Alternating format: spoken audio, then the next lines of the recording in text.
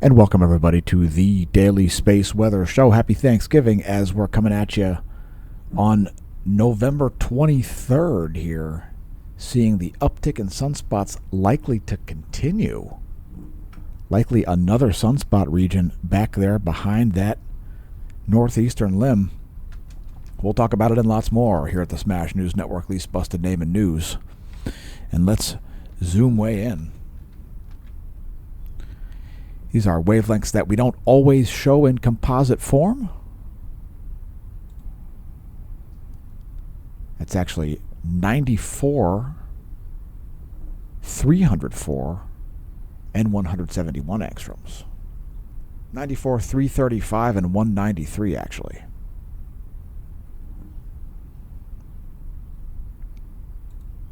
And we've had multiple CMEs. Guess what? One of them is headed toward Earth.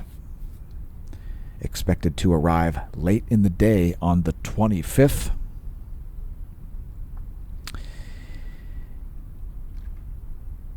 And let's take a look at some more imagery. Here's 304 angstroms as well.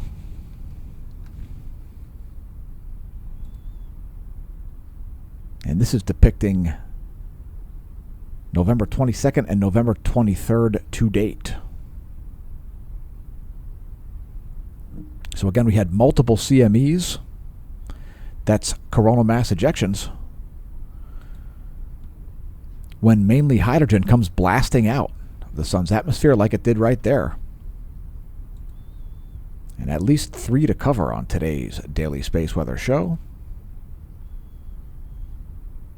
See one blasting off from right up there as well.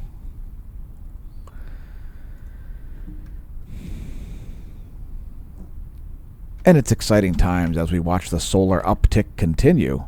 By the way, the following are paid endorsements. First of all, if you want to support the channel via subscription services, become a member of the Smash Team.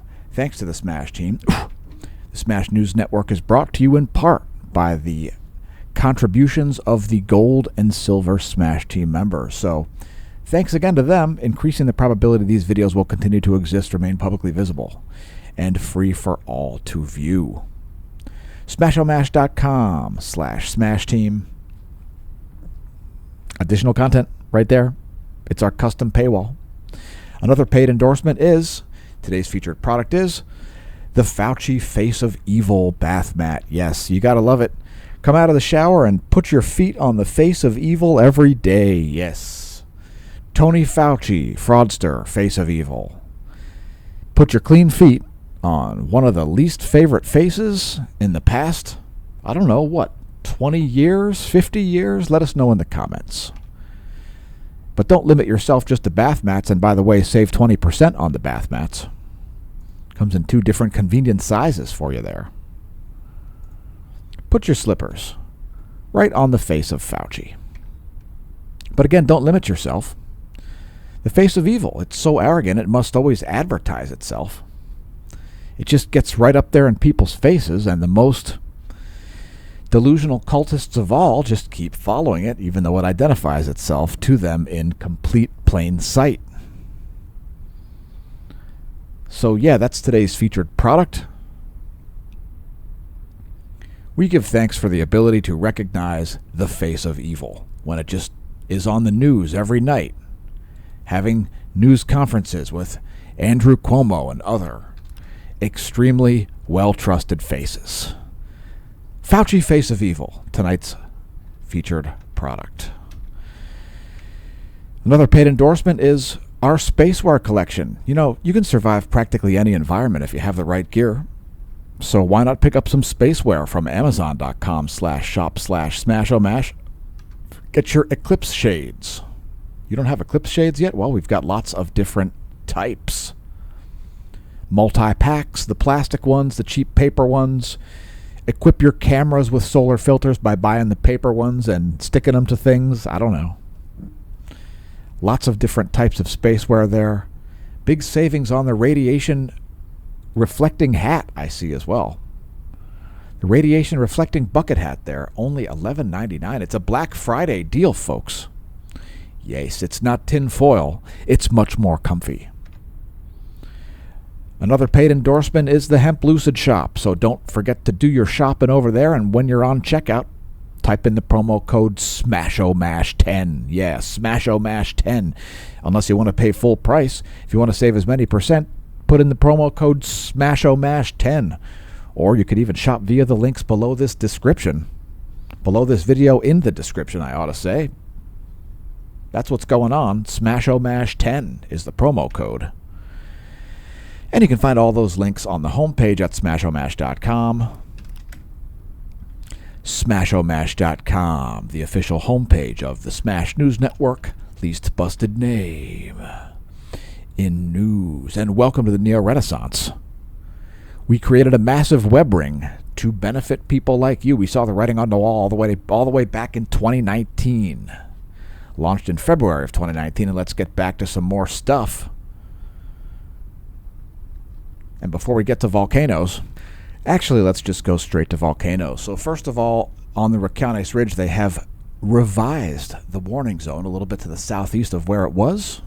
It's now outside of Grindavik, but it looks like an eruption could still happen, although the likelihood is dropping day by day here. But the most likely place to see an eruption is still on that dotted red line. So the purple zone on the dotted red line is, I believe, the most likely place to see an eruption. That little purple rectangle there with the red dotted line, that's the spot to really watch. But again, the seismic activity has been dipping, an indication that perhaps we're seeing a recession of magma, or just a hardening of magma, or no new magma. I guess all of these things could be happening.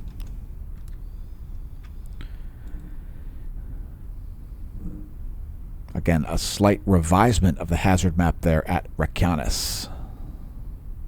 Mount Mayon continues to make new real estate on Luzon Island, Philippines.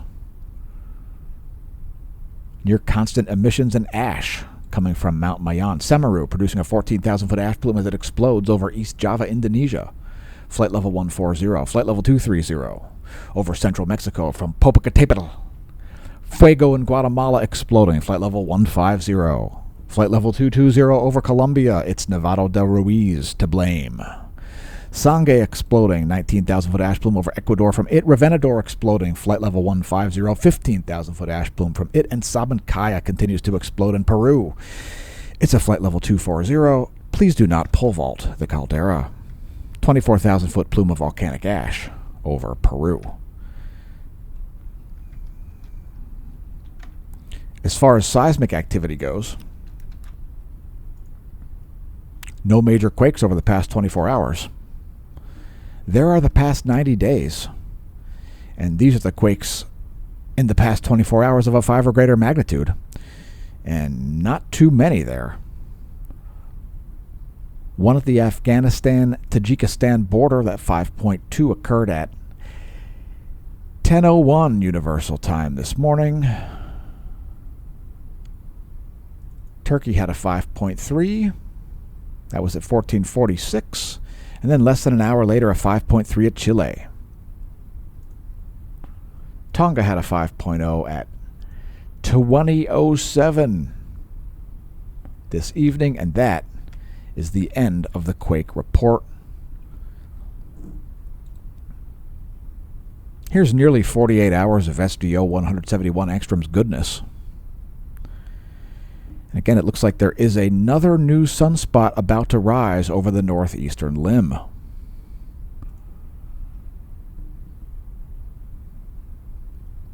That is November 22nd in its entirety and November 23rd to date.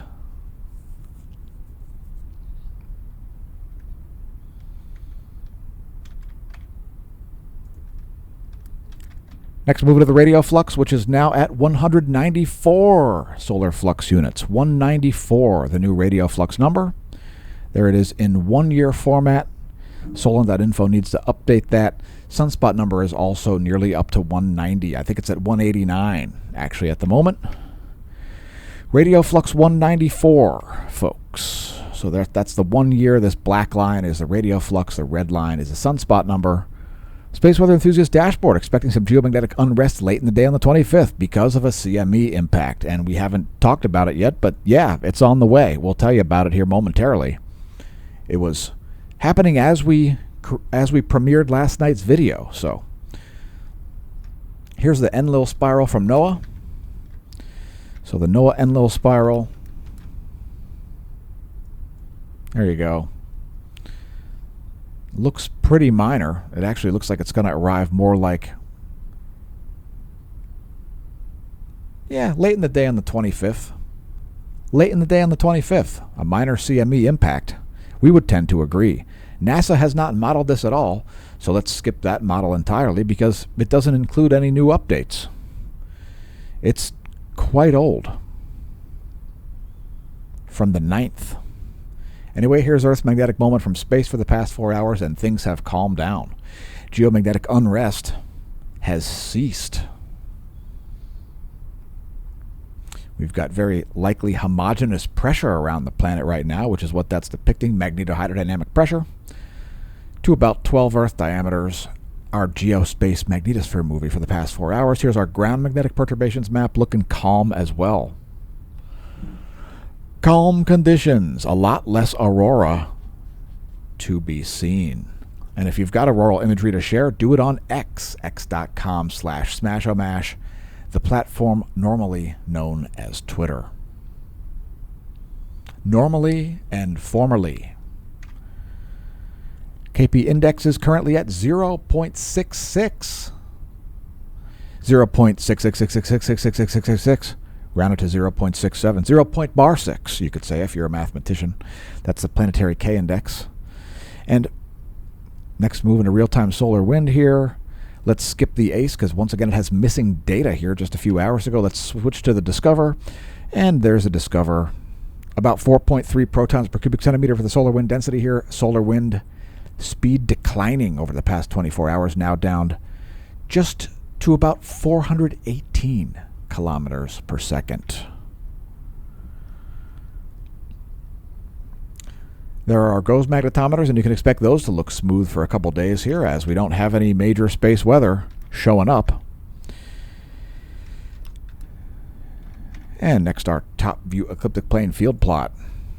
One of my personal favorites. And Earth remains in a North Pole magnetic sector. I'll say North Pole magnetic sector. There's the last image right in the middle of a North Pole region there in the heliosphere. Here's our line of sight field plot. Shows a lot of solar features in a little time. It's a very dense model right there, the line of sight field plot. Earth right in the middle of a North Pole sector here. Here's our line of sight ecliptic plane field plot. And a lot of magnetic organization at the photosphere level. Coronal holes at the coronal level. So there is our line of sight coronal hole plot. And what do we got? North Pole coronal holes, as Earth is in a North Pole sector, so that makes sense.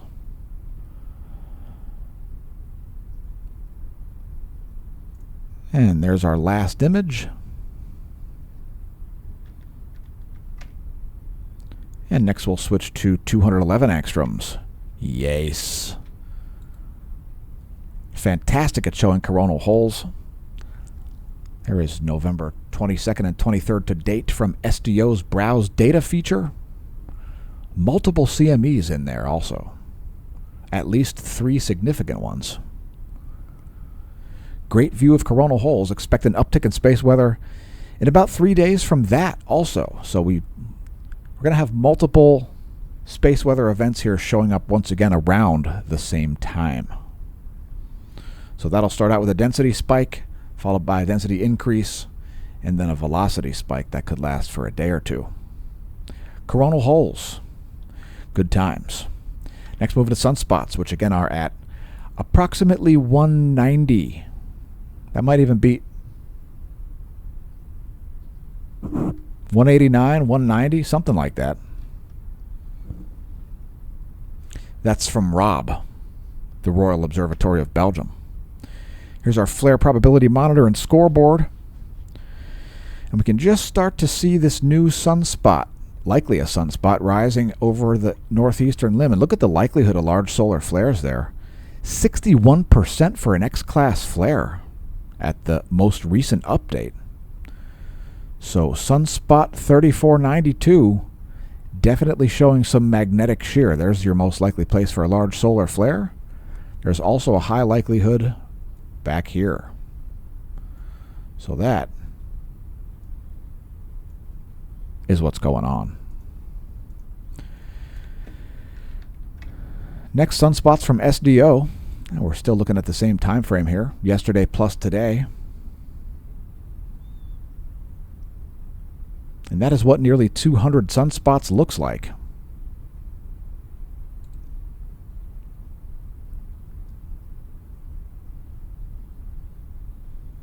So a little bit of growth happening right here. A little bit of growth happening over here. Actually, growth and degradation there. Some migration happening here. Pretty stable as far as these groups. A little bit of umbral consolidation in this region. And let's take a look at wavelengths we don't always use. Here's 171 plus the colorized magnetogram. Again, showing you a lot in a little time.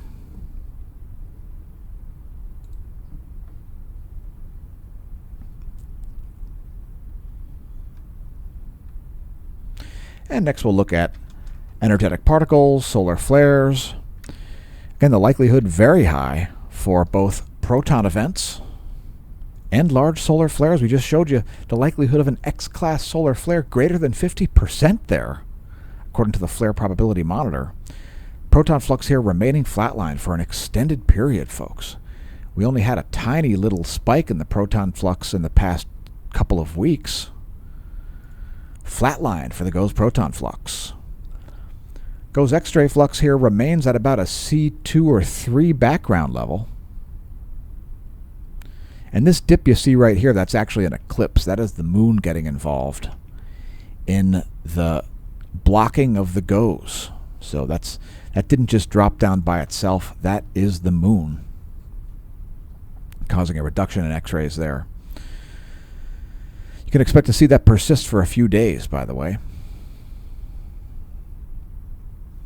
Let's take a look at 94 angstroms.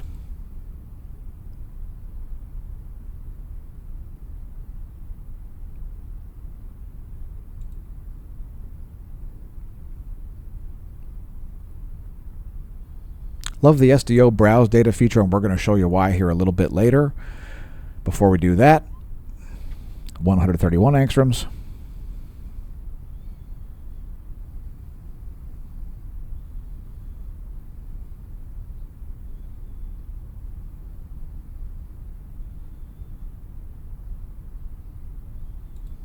I realize there are no time and date stamps. These are November 22nd and November 23rd to date.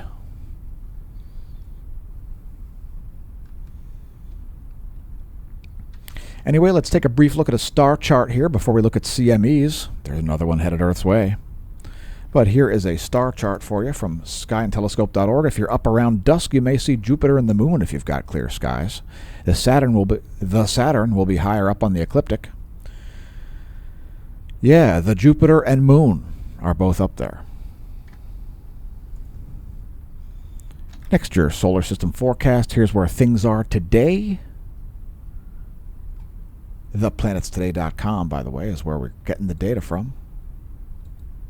Here's where they'll be in 1 week. On the 29th. Next, our astronomy photo of the day, which features the Taurus molecular cloud. And the red that you see on there, that's hydrogen. And the orange is, I think it's oxygen. And there is a Herbig-Haro object in that nebular cloud, as well as in this one up in the upper right. This one up here is known as Hind's Variable Nebula. It includes what's believed to be a very young, quote, sun-like star, end quote, which is quite variable indeed. And if you want to read more about that, NGC 1555 is the Heinz Variable Nebula. And there's some images from it just in the past year or so. Some of those images are actually from this year in 2023. It is a variable nebula, so that's what you can expect. The astronomy photo of the day contains at apod.nasa.gov. If you want to check that out, that makes a nice desktop. The Taurus Molecular Cloud, folks, featuring SH2-239 and NGC 1555. Up in the upper right, that's a star known as T Tauri. That is the Herbig-Haro star depicted right here. NGC 1555, apod.nasa.gov if you want to check it out yourself. Next, CMEs. And again, we've got multiple CMEs, folks, so it's exciting stuff. One of them is earthly directed. Here we go. Here are yesterday's CMEs. And right at the end of the day yesterday, right at the end, you'll see a CME coming out of the south. Right there. That contains earthly directed components. So we'll let that play through again. That's 104 frames from yesterday, November 22nd. And right at the end, an Earth-directed CME.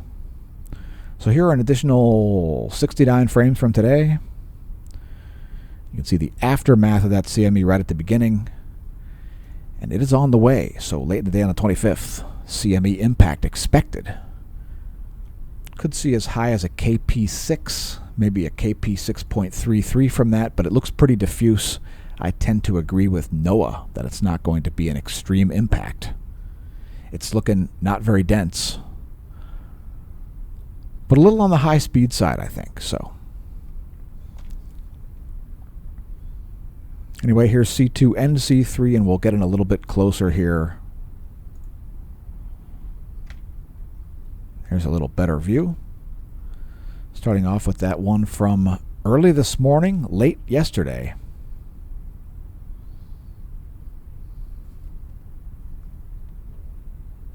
Some more space weather headed toward Earth. We'll let this play through in its entirety once more time for you. We have the C2 ahead of the C3 there. So over on the left, you'll see that CME popping off from the southern region. And then a couple events out of the north. One out of the east. Quite a spectacular CME there out of the east. And we'll actually bring that one back here in just a minute. Some great dense plasma making its way out there late in the CME. And let's put the C3 on that as well. And some relativistic particles hitting the aperture there also. So no spikes in the proton flux from that, though. None of those protons made it down into Earth's magnetosphere far enough to be picked up on the GOES.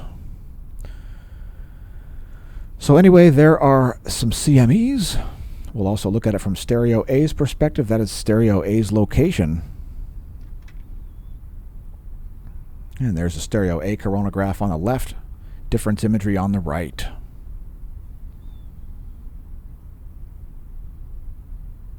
So we are getting to see a little bit more angularity now from Stereo A. It's getting farther and farther from Earth.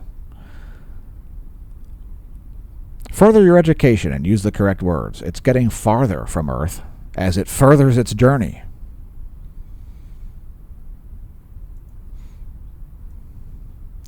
Anyway, once again, early this morning, that one right there is the one that has earthly directed components. The rest of these are either from behind the eastern limb or not earthly directed, but that one right there is somewhat earthly directed. So not half bad. And let's cut to look at filaments here from the SDO browse data feature. So what's cool about this is if you pause it, you can bring it right to just before midnight. And that CME from the southern hemisphere, it came out of this area right in here. So you might barely be able to see that. It was pretty stealthy until it left the coronagraph. But once it showed up on the coronagraph, it's pretty clear. You can see a little bit of plasma motion right in here. So it could miss to the south, but I suspect there is some plasma to strike Earth from that. So quite a stealthy CME happening there. We'll let that play through. Put that at 2/3 speed. So there's one event not earthly directed. It was kind of like part of that CME that went off to the southeast. It was like a secondary, I don't know, maybe a secondary plasma release. Who knows? But it does look like it is earthly directed. So another CME to arrive on the 25th.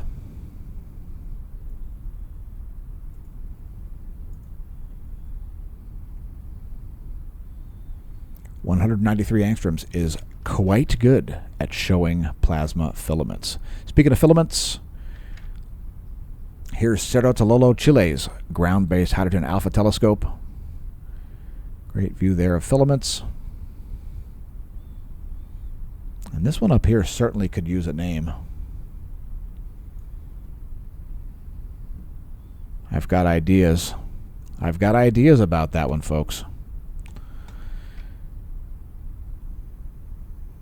And once again, we do likely have a new sunspot rising. Behind the northeastern limb, we see massive prominences up there. Also prominences behind the southeastern limb. So looks like the uptick in sunspots could continue, folks. And remember, if you are mad about each sunspot that forms and you wish it wasn't counted, perhaps you should seek psychiatric counseling and try to get out of your cult. If you do want to name not sunspots, if you want to name filaments after living people, join us over on Twitter, referred to by some lunatics as X. Follow the hashtag #NameThatFilament, and thanks to our 0 new followers over there. If you enjoy the content, press the like button. If you're new to the channel, press subscribe and get the world's most comprehensive daily space weather content delivered right to your YouTube feed. If you haven't seen our playlists, check them out. Some of the videos on there have nothing to do with space weather. Some do. Some are cosmology. There's even music videos. Terms defined, lots of things. Check out the playlists. youtube.com/smashamash/playlists. And don't forget to press the like button, because if you do not press like, then there's no telling what could happen to your soul. Here are the past few hours from the GOES 18 SUVI. And again, definitely the area to watch, folks, is like right here, approximately. I mean, that area right there, that is an area ripe for major activity. There's a huge filament, massive sunspot, high likelihood of solar flares, high likelihood of coronal mass ejections, a filament who could get named right there, the filament who has not yet been named. And here come bonus features. First, satellite charging hazards. It's smooth sailing. No satellite charging hazards is the current situation. GOES electron flux here moving into warning levels for the GOES 18.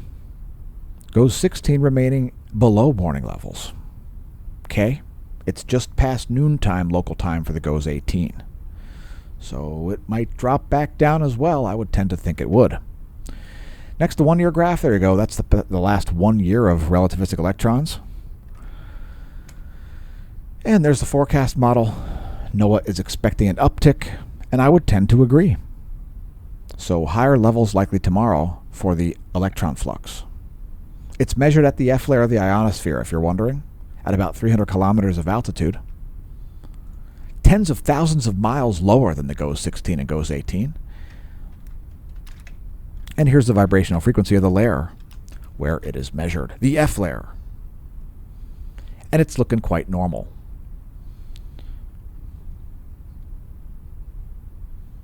Nope, civilization's still not ending. Nope, Kim Jong-un hasn't set off an EMP yet using his new space spying satellite. And nope, the poles aren't really in a polar excursion. It's No quadrupoles, no hexapoles, no octopoles, nothing to be spooked of. Cosmic ray flux at the lowest levels since 2004. So absolutely nothing spooky at all going on there. Here's the latest image, 2300 universal time. There's the anomaly in megahertz from the 30-day average. 30-day median, I should say. Next, the WAM, the whole atmosphere model, depicting total electron content and anomaly on the left. Maximum usable frequency for you radio operators, and the anomaly on the right.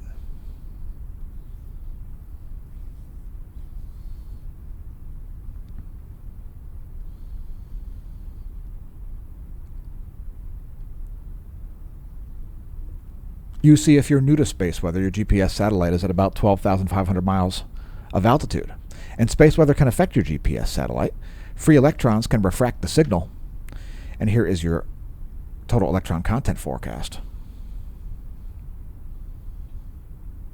That'll show you the most likely places for GPS errors to some extent. We'll show a much higher resolution view here. The anomaly from the 10-day average over North America. Those free electrons can cause your GPS to be off by thousands of miles. This will make it less likely that those errors affect you in a terrible, terrible way.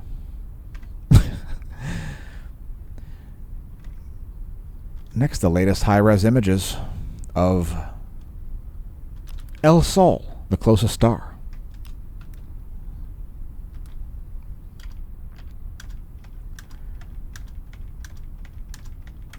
There you go, and no further analysis is necessary.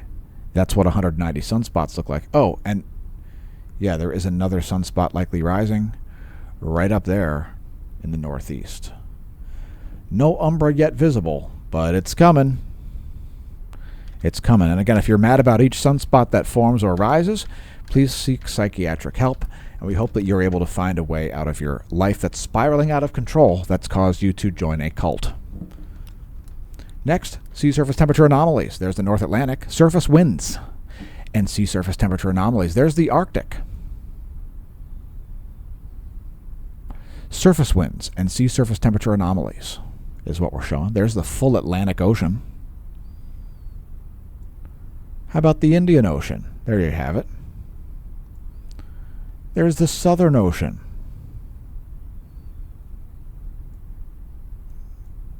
And the absolutely monstrous Pacific.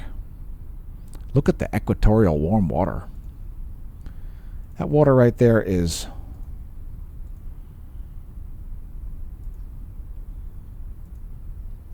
nearly 88 degrees.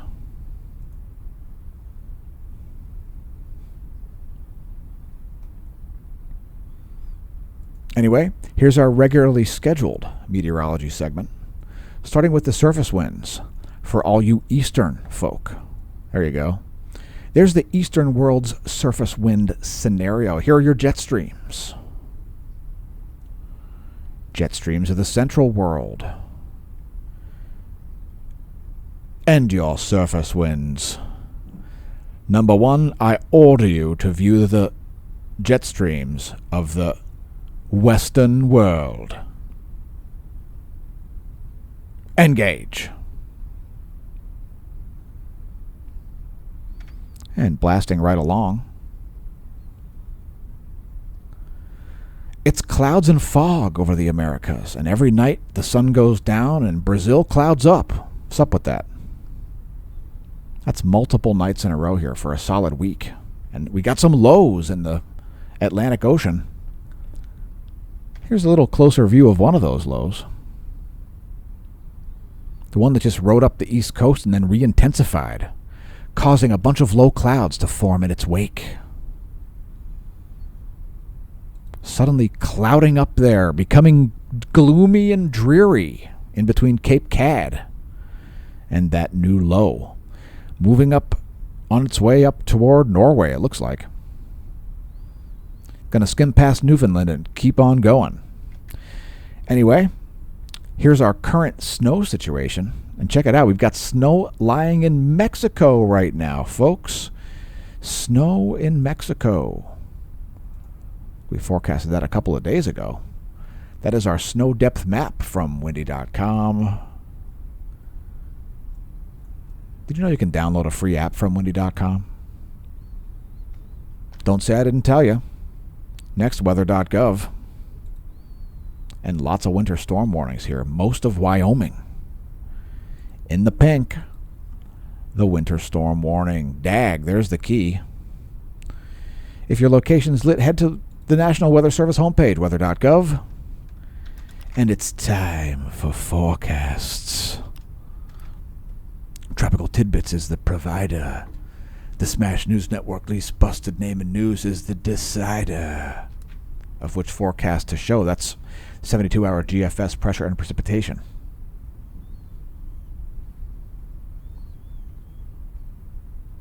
Some tight pressure lines in there, meaning large pressure gradients, meaning bomb cyclone-ish snow events, especially in the Colorado and Rockies. Sudden snow squalls, no matter how much hot air emanates from that state. Next, accumulated positive snow depth change in inches. The 72-hour GFS model. Some portions of Colorado there are expected to see about 2 feet.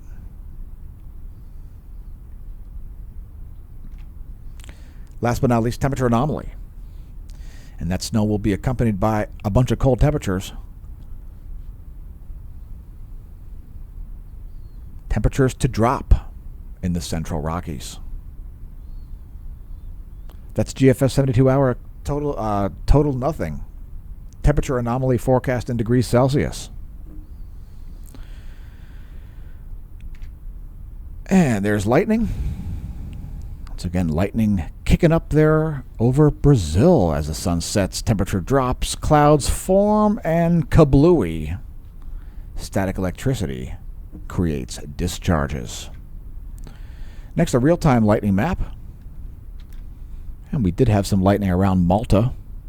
We still do have some lightning south of Malta in the southern Mediterranean. Next time you hear thunder, check it out. Real-time lightning maps from lightningmaps.org. Yes, you can convince the natives that you're Thor or something. You can convince those people who are still Minoans that you're Zeus. Wait. Greeks? Are there still ancient Greeks? Let us know in the comments. We'll close out with Doppler radar, clouds and fog, and water vapor. So there is the full 50-state view. Here is instead the lower 48 view. That's vertical motion in the air column. Here is clouds and fog. I should say here are clouds and fog. And here are the water vapor data. As a low moves across Texas, pushed by some dry mass of air here coming up from Mexico. That low slowly making its way toward Tennessee. Here's a recap to close this thing out. U.S. Doppler radar, clouds and fog. And the water vapor. Happy Thanksgiving. Congratulations on realizing the channel exists. Once again, don't forget to press the like button. We'll see you soon here at the Smash News Network, least busted name in news. And while I'm gone, may that solar wind be at your back. And I'm going back to the bunker again. I heard about it. Encouragement to climb in. Oh.